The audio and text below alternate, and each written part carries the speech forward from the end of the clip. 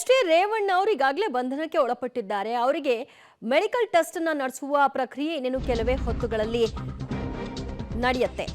Bowring ಆಸ್ಪತ್ರೆಯಲ್ಲಿ medical ಟೆಸ್ಟ್ಗಾಗಿ ಎಲ್ಲ ಸಿದ್ಧತೆಯನ್ನ ಮಾಡಿಕೊಳ್ಳಲಾಗಿದೆ.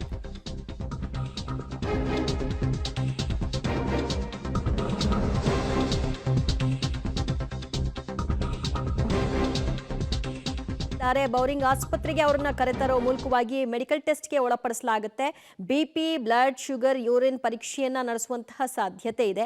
ಎಸ್ಐಟಿ ಕಚೇರಿಯಿಂದ ಬೌರಿಂಗ್ನತ್ತ ರೇವಣ್ಣ ಅವರನ್ನ ಇನ್ನೇನು ಕೆಲವೇ ಹೊತ್ತುಗಳಲ್ಲಿ ಕರೆತರ್ತಾರೆ. ಸೊ ಇದೆಲ್ಲವೂ ಕೂಡ ಪ್ರಾಥಮಿಕ ಹಂತವಾಗಿ ಮಾಡಿಕೊಳ್ಳುವಂತಹ ಪ್ರೊಸೀಜರ್ಗಳು, ಅದೆಲ್ಲವನ್ನು ಕೂಡ ಮಾಡಿಕೊಳ್ಳುವಂತಹ ನಿಟ್ಟಿನಲ್ಲಿ ಎಸ್ಐಟಿ ಟೀಮ್ ಸಿದ್ಧತೆಯನ್ನ ಮಾಡಿಕೊಂಡಿದೆ. ಇನ್ನೇನು ಕೆಲವೇ ಹೊತ್ತುಗಳಲ್ಲಿ ಬೌರಿಂಗ್ ಆಸ್ಪತ್ರೆಗೆ ಬರಲಿದ್ದಾರೆ.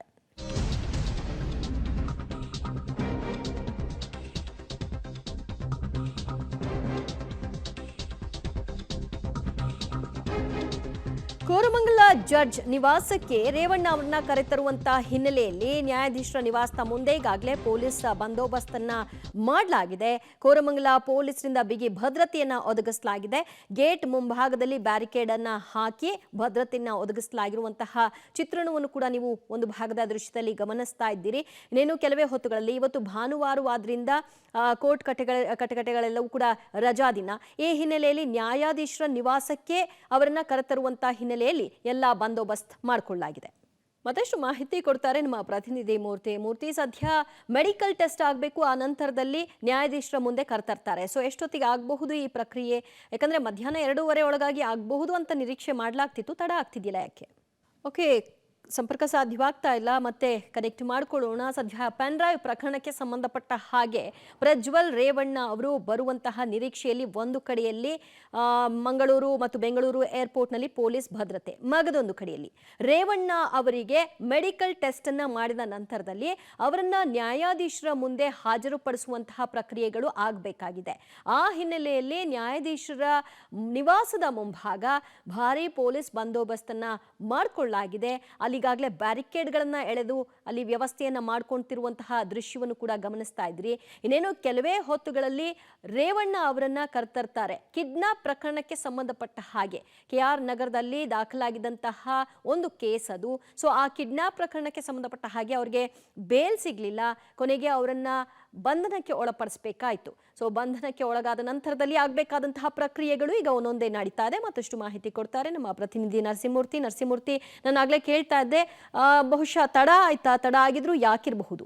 ದಿವ್ಯಾ, ಇನ್ನೇನು ಕೆಲವೇ ಕ್ಷಣಗಳಲ್ಲಿ ಮಾಜಿ ಸಚಿವ ಎಚ್.ಡಿ. ರೇವಣ್ಣ ಅವರನ್ನ SIT ಅಂದ್ರೆ CID SIT ಕಚೇರಿಯಿಂದ ಬೌರಿಂಗ್ ಆಸ್ಪತ್ರೆಗೆ ಕರೆದೊಯ್ಯಲಿದ್ದಾರೆ. ಅಲ್ಲಿ ಮೆಡಿಕಲ್ ಟೆಸ್ಟ್ ಅನ್ನ ಮುಗಿಸಲಿದ್ದಾರೆ. ಆ ಬಳಿಕ ಕೋರಮಂಗಲದ ನ್ಯಾಯಾಧೀಶರ ಮನೆಗೆ ಹಾಜರುಪಡಿಸಿ ಇವತ್ತು ಪೊಲೀಸ್ ಕಸ್ಟಡಿಗೆ ಕೇಳೋದಕ್ಕೆ SIT ಅಧಿಕಾರಿಗಳು ಸಿದ್ಧತೆಯನ್ನ ಮಾಡಿಕೊಂಡಿದ್ದಾರೆ.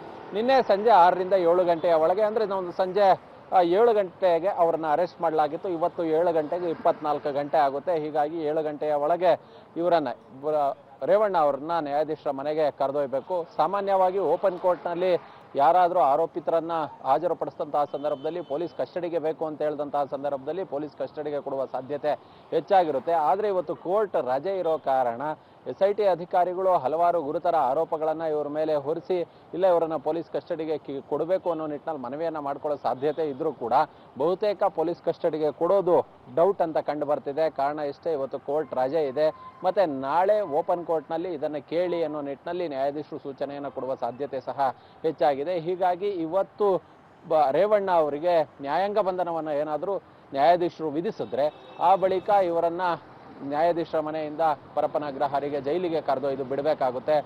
ನಾಳೆ ಕೋರ್ಟ್ನಲ್ಲಿ ಬಾಡಿ ವಾರೆಂಟ್ ಅರ್ಜಿಯನ್ನು ಸಲ್ಲಿಸಿ ಆ ಬಳಿಕ ಇವರನ್ನ ಜೈಲಿನಿಂದ ಕರೆತಂದು ಪೊಲೀಸ್ ಕಸ್ಟಡಿಗೆ ಪಡೆದುಕೊಂಡು ವಿಚಾರಣೆ ಅಥವಾ ಸ್ಪಾಟ್ ಮಹಜರು ಇವರ ಪ್ರಕ್ರಿಯೆಗಳು, ಕಾನೂನು ಪ್ರಕ್ರಿಯೆಗಳು ಏನಿದೆ ಅದೆಲ್ಲವನ್ನ ಕೂಡ ನಡೆಸಬೇಕಾಗುತ್ತೆ. ಒಟ್ಟಿನಲ್ಲಿ ಕೆಲವೇ ಕ್ಷಣಗಳಲ್ಲಿ, ಇನ್ನೊಂದು ಅರ್ಧ ಗಂಟೆಯಲ್ಲಿ ರೇವಣ್ಣ ಅವ್ರನ್ನ SIT ಕಚೇರಿಯಿಂದ ಕರೆದೊಯ್ದು ಮೆಡಿಕಲ್ ಟೆಸ್ಟ್ ಮುಗಿಸಿ ಆ ಬಳಿಕ ನ್ಯಾಯಾಧೀಶರ ಮನೆಗೆ ಕರೆದೊಯ್ಯೋದಕ್ಕೆ SIT ಅಧಿಕಾರಿಗಳು ಸಿದ್ಧತೆಯನ್ನ ಮಾಡಿಕೊಂಡಿದ್ದಾರೆ. ಓಕೆ ಮೂರ್ತಿ, ಸಾಮಾನ್ಯವಾಗಿ ವಿಚಾರಣೆಗಾಗಿ ಕಸ್ಟಡಿಗೆ ಪಡೆಯುವಂತಹ ಪ್ರಕ್ರಿಯೆಯಲ್ಲಿ ಎಷ್ಟು ದಿನಗಳ ಕಾಲ ಕಸ್ಟಡಿಗೆ ಕೇಳಬಹುದಾಗಿದೆ ಅಂಡ್ ಟೆಕ್ನಿಕಲಿ ಎಷ್ಟು ದಿನ ಕೊಡಬಹುದು ಅಂತ ಅನ್ಕೊಳ್ಬಹುದು? ಸಾಮಾನ್ಯವಾಗಿ 14 ದಿನಗಳ ಕಾಲ ಪೊಲೀಸ್ ಕಸ್ಟಡಿಗೆ ಪಡೆದುಕೊಂಡು ವಿಚಾರಣೆಯನ್ನು ನಡೆಸೋದಕ್ಕೆ ಅವಕಾಶ ಇರುತ್ತೆ. ಆದರೆ 14 ದಿನ ಸಾಮಾನ್ಯವಾಗಿ ಕೇಳೋದಿಲ್ಲ. 14 ದಿನ ಅಥವಾ 10 ದಿನ ಕೇಳಿದ್ರು ಕೂಡ ಇವರ ಅಂದರೆ ಆರೋಪಿ ಪರ ವಕೀಲರು ಯಾರಿರ್ತಾರೆ ಅವರು ಅದಕ್ಕೆ ಆಕ್ಷೇಪವನ್ನು ಎತ್ತುತ್ತಾರೆ. 14 ದಿನ ಈ ಪ್ರಕರಣದಲ್ಲಿ ತನಿಖೆ ನಡೆಸ್ತಕ್ಕಂತಹದ್ದು ಏನಿದೆ ಅನ್ನೋ ನಿಟ್ಟಿನಲ್ಲಿ. ಹೀಗಾಗಿ ಸಾಮಾನ್ಯವಾಗಿ 2-3 ದಿನ 5 ದಿನ ಈ ರೀತಿಯಾಗಿ ಪೊಲೀಸ್ ಕಸ್ಟಡಿಗೆ ಕೊಡ್ತಾರೆ. ಕಾರಣ ಇವು ಪೊಲೀಸ್ ಪ್ರಕ್ರಿಯೆಯಲ್ಲಿ ಒಂದಷ್ಟು ಸ್ಪಾಟ್ ಮಹಜರು ಎವಿಡೆನ್ಸನ್ನು ಕಲೆಕ್ಟ್ ಮಾಡೋದು, ಮತ್ತು ಇವರ ಹೇಳಿಕೆಯನ್ನು ದಾಖಲು ಮಾಡ್ಕೊಳ್ಳೋದು, ಸಂತ್ರಸ್ತೆಯರ ಹೇಳಿಕೆಯನ್ನು ದಾಖಲು ಮಾಡೋದು.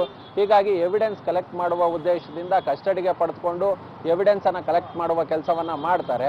ಆದರೆ ಸದ್ಯದ ಪ್ರಕರಣದಲ್ಲಿ ಇವತ್ತು ಹಾಜರುಪಡಿಸಿದಂತಹ ಸಂದರ್ಭದಲ್ಲಿ ಪೊಲೀಸ್ ಕಸ್ಟಡಿಗೆ ಕೊಡ್ತಾರಾ ಅಥವಾ ನ್ಯಾಯಾಂಗ ಬಂಧನಕ್ಕೆ ಕೊಡ್ತಾರಾ ಗೊತ್ತಿಲ್ಲ. ಅದು ಜಡ್ಜ್ರವರ ವಿವೇಚನೆಗೆ ಬಿಟ್ಟಂತಹ ವಿಚಾರ. ಮತ್ತೆ ನಾಳೆ ಇವರನ್ನ ಇವತ್ತೇನಾದರೂ ಜೈಲಿಗೆ ಬಿಟ್ಟು ನಾಳೆ ಬಾಡಿ ವಾರೆಂಟ್ ಮುಖಾಂತರ ಇವ್ರನ್ನ ತೆಗೆದುಕೊಳ್ಬೇಕು ಅಂತ ಪಕ್ಷದಲ್ಲಿ ಮತ್ತೆ ನಾಳೆ ರೇವಣ್ಣ ಪರ ವಕೀಲರು ಕೂಡ ಕೋರ್ಟ್ಗೆ ರೆಗ್ಯುಲರ್ ಬೇಲ್ಗಾಗಿ ಜನಪ್ರತಿನಿಧಿಗಳ ವಿಶೇಷ ನ್ಯಾಯಾಲಯದಲ್ಲಿ ಜಾಮೀನಿನ ಅರ್ಜಿಯನ್ನು ಕೂಡ ಸಲ್ಲಿಕೆ ಮಾಡೋದಕ್ಕೆ ಸಿದ್ಧತೆ ಮಾಡಿಕೊಂಡಿದ್ದಾರೆ ಅನ್ನೋ ಮಾಹಿತಿಗಳು ಕೂಡ ಲಭ್ಯವಾಗ್ತಿದೆ. ಥ್ಯಾಂಕ್ ಯು ಮೂರ್ತಿ, ನಿಮ್ಮೆಲ್ಲ ಮಾಹಿತಿಗೆ.